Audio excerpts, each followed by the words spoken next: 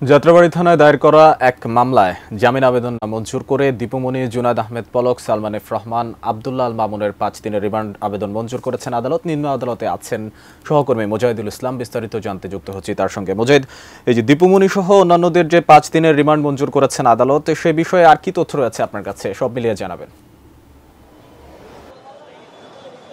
মাহমুদ, ধন্যবাদ আপনাকে।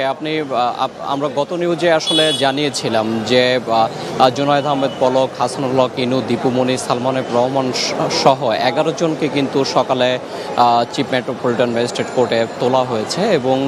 তাদেরকে কাউকে বিভিন্ন মেয়াদে রিমান্ড দেওয়া হয়েছে। তাছাড়া অন্য যারা আসামি আছে তাদেরকে কিন্তু আদালতে পাঠানোর জন্য জামিন আবেদন নামঞ্জুর করে আদালতে পাঠানোর কথা বলা হয়েছে। আমি যদি আপনাকে একটু বিস্তারিত বলতে চাই যে সাবেক আইনমন্ত্রী আনিসুল হক এবং প্রধানমন্ত্রীর সাবেক উপদেষ্টা সালমান এফ রহমান, সমাজ কল্যাণ মন্ত্রী দীপুমণি এবং সাবেক ডেপুটি স্পিকার শামসুল হক টুকু এবং তথ্য ও যোগাযোগ প্রতিমন্ত্রী জুনায়েদ আহমেদ পলক সহ ওয়ার্কার্স পার্টির যে সভাপতি আছে রাশেদ খান মেনন এবং হাসানুল হক ইনু এবং সাবেক আইজিপি ও ডিসি মশিউর রহমানকে কিন্তু বিভিন্ন মেয়াদে রিমান্ড মঞ্জুর করেছে এবং সকালে কিন্তু ঢাকার মেট্রোপলিটন ম্যাজিস্ট্রেটের শাহিন রেজা শুনানি শেষে এই রিমান্ড মঞ্জুর করা হয়েছে এবং আর যারা বাকি আছেন তাদেরকে কিন্তু রিমান্ড শুনানির জন্য বিভিন্ন মেয়াদে আসলে তাদের রিমান্ড চেয়েছিল তদন্তকারী কর্মকর্তা, কিন্তু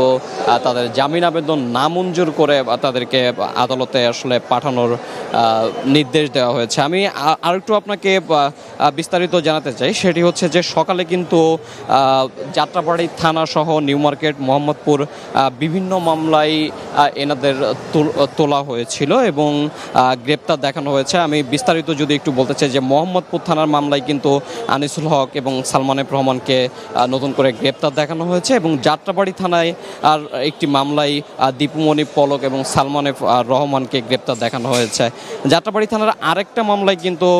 সালমান এফ রহমান, আব্দুল্লাহ আল মামুন এবং দীপুমণিকে গ্রেপ্তার দেখানো হয়েছে। আর 28শে অগাস্টের একটি মামলায় কিন্তু দীপুমণি, পলক এবং রাশেদ খান মেনন এবং হাসানুল হক ইনুকে গ্রেপ্তার দেখানো হয়েছে এবং যাত্রাবাড়ি থানায় আব্দুল সালাম, জুনায়েদ আহমেদ পলক এবং সালমান এফ রহমানকেও আবার নতুন করে গ্রেপ্তার দেখানো হয়েছে। এছাড়া অন্য মামলায় কিন্তু রয়েছে যাদেরকে আবার নতুন করে আসলে তাদের গ্রেপ্তার দেখানো হয়েছে। আর রিমান্ড নিউ মার্কেট থানায় গত অগাস্টের 5 তারিখে কিন্তু একটি বিস্ফোরক মামলায় জুনায়েদ আহমেদ পলককে আলাদাভাবে 5 দিনের রিমান্ড মঞ্জুর করা হয়েছে এবং যাত্রাবাড়ী থানার মামলায় দীপুমণি, জুনায়েদ আহমেদ পলক, সালমান এফ রহমান এবং আব্দুল্লাহ আল মামুনকে 5 দিনের রিমান্ড মঞ্জুর করা হয়েছে এবং যাত্রাবাড়ী থানার ইমন গাজী হত্যা মামলায় কিন্তু জুনায়েদ আহমেদ পলক, দীপুমণি এবং হাসানুল হক ইনু, রাশেদ খান মেননকে 7 দিনের রিমান্ড দেওয়া হয়েছে এবং যাত্রাবাড়ী থানার আরেকটি মামলায় দীপুমণি এবং পলককেও এখানেও 7 দিনের রিমান্ড দেওয়া হয়েছে এবং যাত্রাবাড়ী থানার 3 আগস্টের একটি মামলায় কিন্তু মশিউর রহমান চৌধুরী এবং আব্দুল্লাহ আল মামুনকে 4 দিনের করে আলাদা রিমান্ড দেওয়া হয়েছে এবং সকালে তাদেরকে কিন্তু কঠোর নিরাপত্তার সাথে আদালতে তোলা হয় এবং দুই পক্ষেরই শুনানি শেষে ম্যাজিস্ট্রেট এই রায় শোনান এবং তাদেরকে আসলে জামিন নামঞ্জুর করে এই রিমান্ড শোনান এবং যাদের রিমান্ড দেননি তাদেরকে আদালতে প্রেরণ করার জন্য বলা হয়েছে। সবকিছু মিলিয়ে মাহমুদ, আমার কাছে এই ছিল সর্বশেষ।